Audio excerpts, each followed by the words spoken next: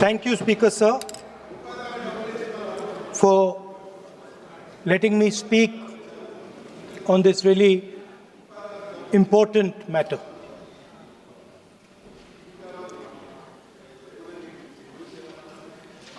Speaker Sir, have you ever wondered why Mahatma Gandhi laid such emphasis on Khadi? Why was it that he framed the entire Indian freedom struggle around the concept of Khadi? And why is it that he only wore Khadi? Because Khadi is not just a cloth. Khadi is the expression of the people of India. It is the imagination, it is the sentiment, it is the productive force of the people of Aaj Pehnaun Khadi. It is the expression of the people of India. Speaker Sir, whichever state you go to, you will find different fabrics. There's the Himachali cap,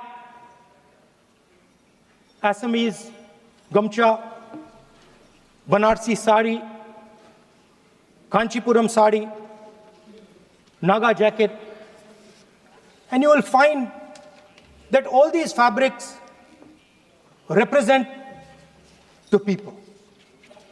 When the people of Assam give you the gamcha, they're not just giving you a piece of cloth. They're giving you an expression. They're giving you a piece of their history, their tradition, their future, their imagination.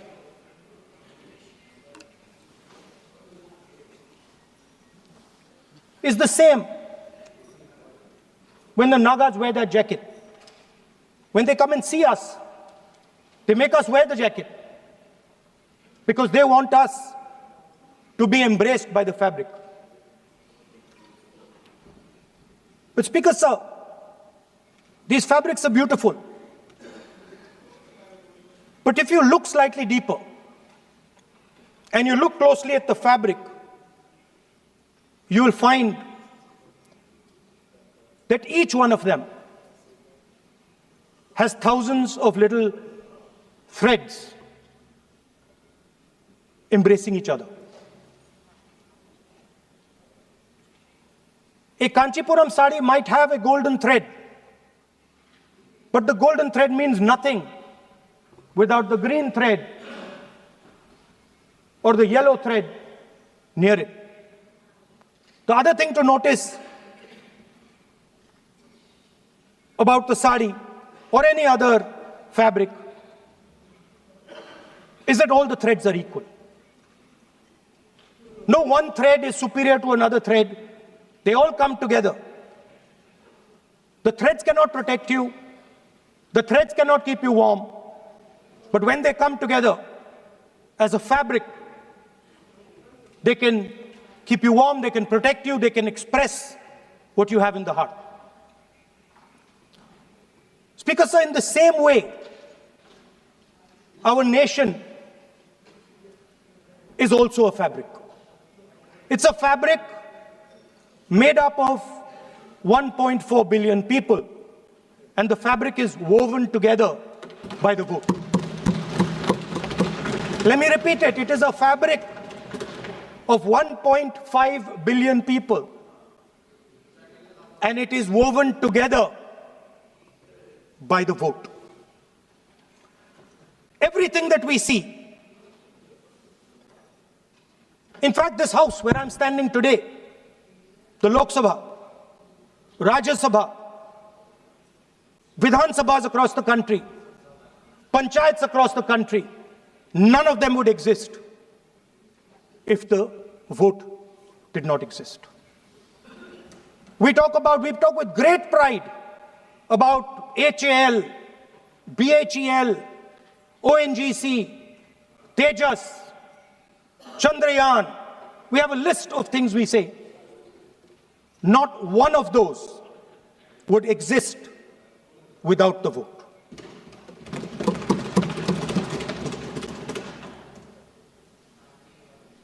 Speaker, sir, it is the idea that every thread, every person in the Union of India is equal that disturbs my friends in the RSS. They are happy to see the fabric, but they cannot stand the idea that every single person in the fabric of our country, regardless of what religion they come from, regardless of what community they come from, regardless of what language they speak, should be equal. Because they fundamentally do not believe in equality.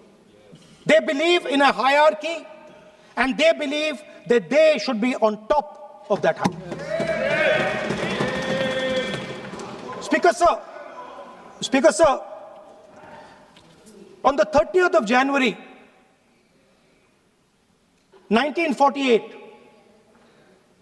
3 bullets pierced the chest of Mahatma Gandhi. Nathuram Godse assassinated the father of our nation. Today, our friends do not embrace him. Today, our friends have pushed him away.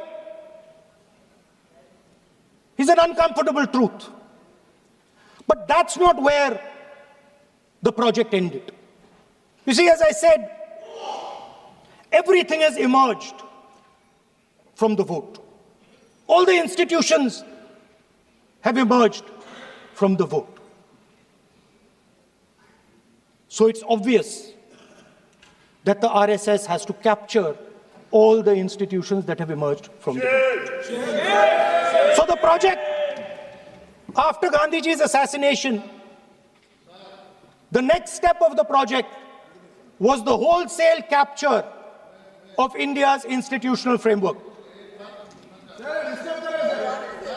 So these are uncomfortable truths, but they have to be spoken. My friends don't like the connections I'm making. They're disturbed by them. It's obvious. Speaker, sir, so after the father of the nation was assassinated, his vision of an equal India, of an India where institutions belong to the people, had to be destroyed. And so the process started, and the RSS attempted to capture one institution after the other. And I will give some examples so that it is crystal clear that this is the case. Everybody knows how vice chancellors are placed on top of Indian universities today. Every single person knows this. You go to any university, you speak to any youngster in India, he will tell you that it does not matter whether the professor has qualifications. It does not matter whether the professor has a scientific temperament. The only thing that matters is the professor belongs. Speaker, sir, I want to make it very clear. Please. Speaker, sir, I want to make it very clear. The discussion is about votes. The discussion is about the stealing of votes.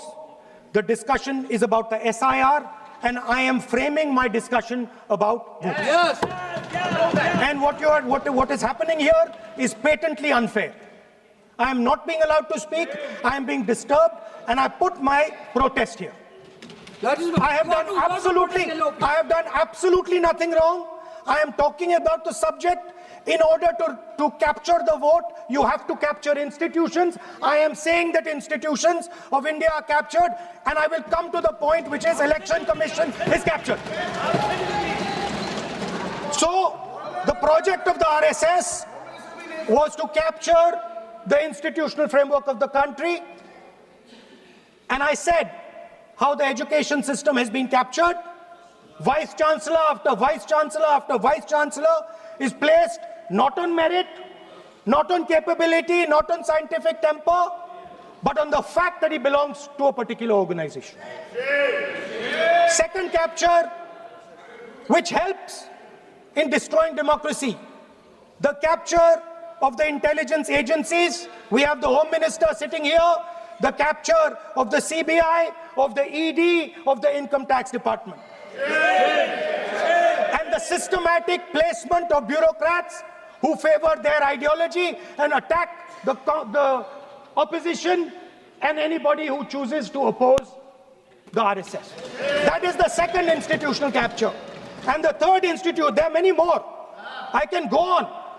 And the third institutional capture. What is this?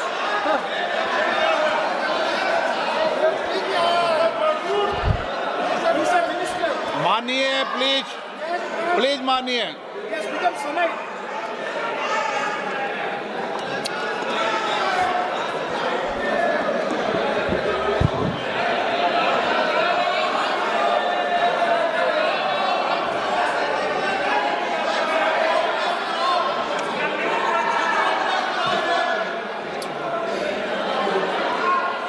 And the third election, the third capture of the institution that directly controls the election system of our country, the Election Commission.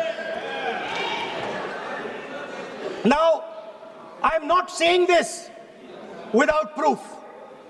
I have put forth adequate proof about how the Election Commission is colluding with those in power to shape the elections. But I want to ask three questions first, which will make it very clear that the BJP is directing and using the Election Commission to damage India's democracy. The first question, why is it that the CJI was removed from the selection panel of the Election Commissioner? What motivation could there be to remove the CJI? Do we not believe in the CJI? Of course we believe in the CJI. Why is he not in that room? I sit in that room. It is so-called a democratic decision. On one side, Prime Minister Narendra Modi and Mr. Amit Shah. On the other side, the leader of the opposition. I have no voice in that room. What they decide is what happens. So the first question, why is the Prime Minister and Amit Shah so keen on choosing exactly who the Election Commissioner is going to be?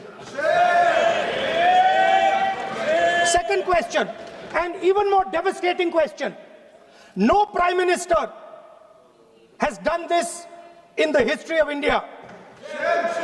In December 2023, this government changed the law. They changed the law to make sure that no election commissioner could be punished for any action they take while they are election commissioner. Yes.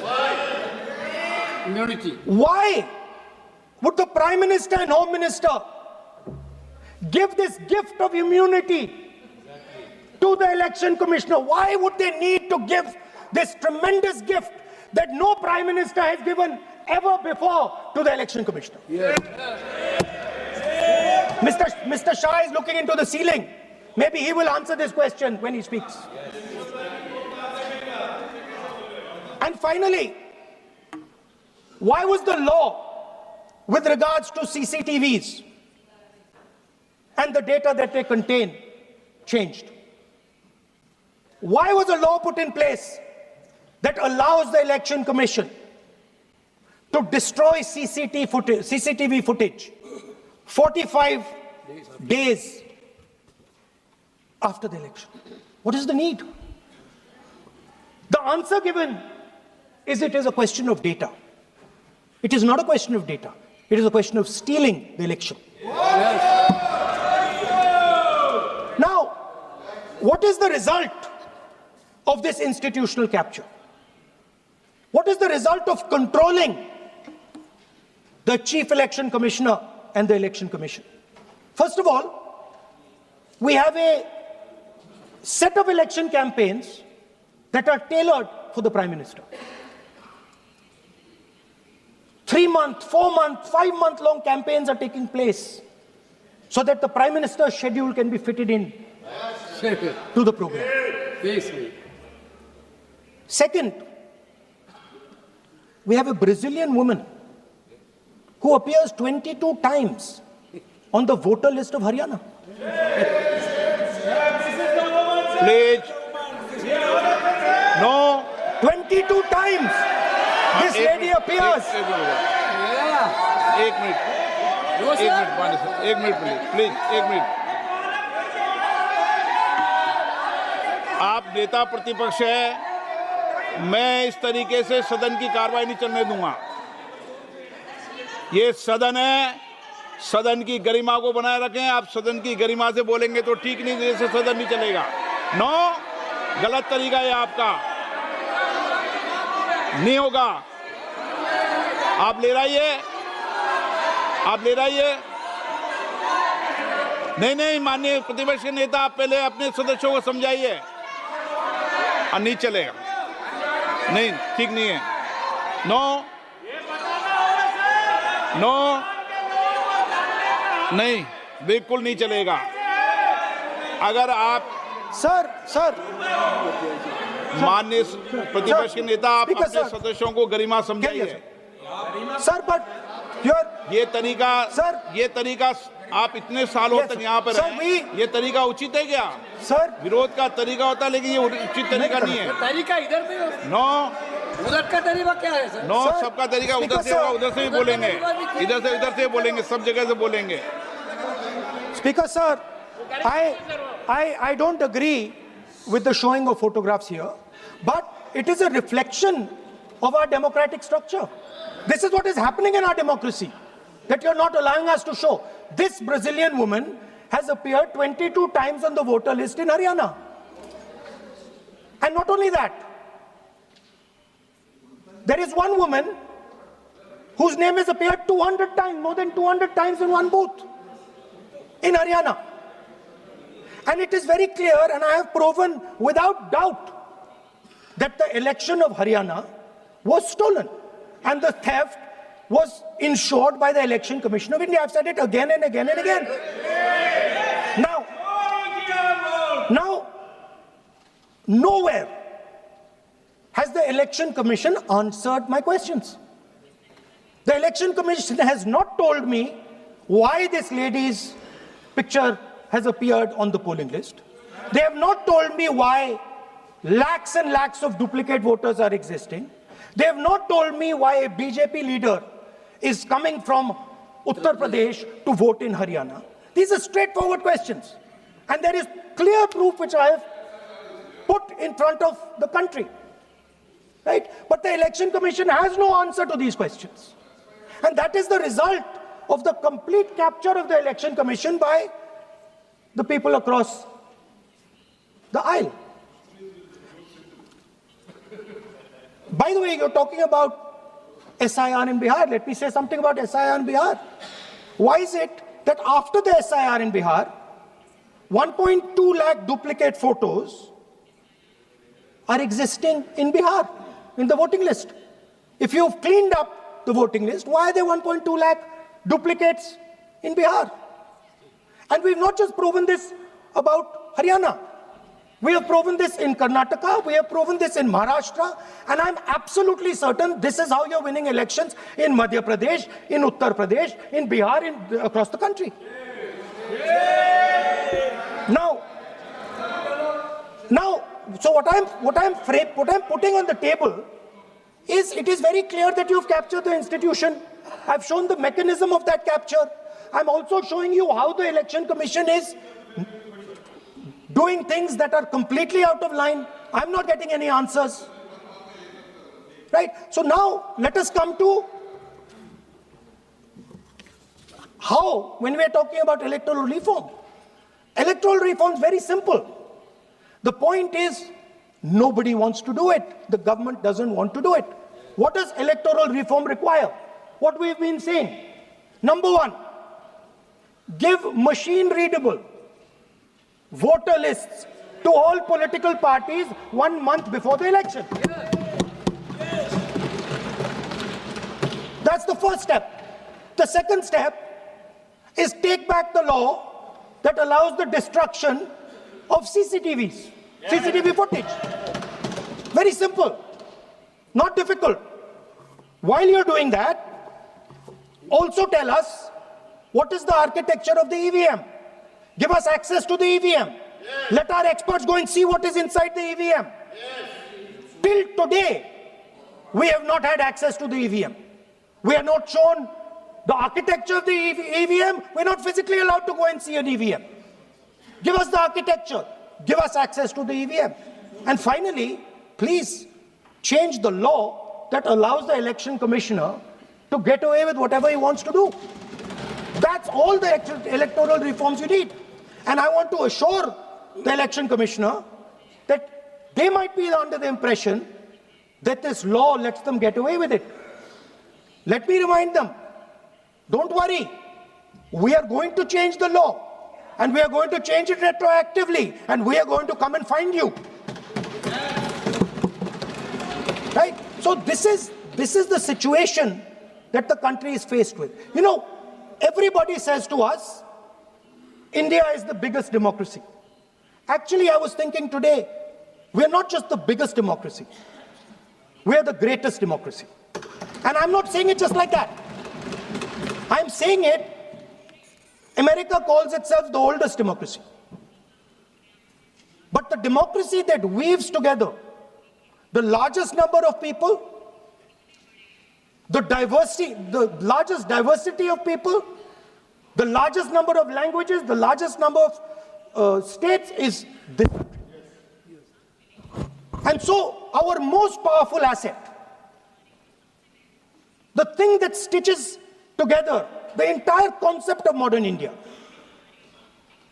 stitches together the fabric of modern India, brings people together, allows them to build this great nation, is being attacked by these people. They're destroying it. You know they're destroying it, I know they're destroying it, and they know they're destroying it. And I'd like to conclude by saying that the biggest anti-national act you can do is vote chori. There is no bigger anti-national act that you can do than vote chori. Because when you destroy the vote, you destroy the fabric of this country. You destroy modern India, you destroy the idea of India. So I'd like to conclude by saying vote chori is an anti-national act, and those across the aisle are doing an anti-national act. Thank you.